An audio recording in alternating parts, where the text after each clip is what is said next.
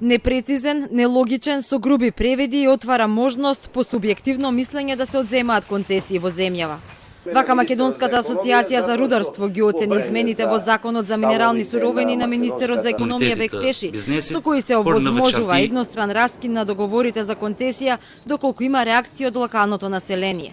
Барат итно повлекување на предлогот од собраниска процедура и стратегија, државата да се одлучи дали воопшто сака да има рудници во земјава. Се собрале одреден број на луѓе, конкретно кај нас, не за тоа што животната средина е таква, туку затоа што не сме примиле некој на работа, не сме излегле во пресет и тоа може да се организираат луѓето и да донесат одлука за раскинување на концесијата. Министерот Бектеши пак минатата недела можноста за едностран раскин на договорите за концесија ја правдаше со многу представки кои ги добивале од локалното население.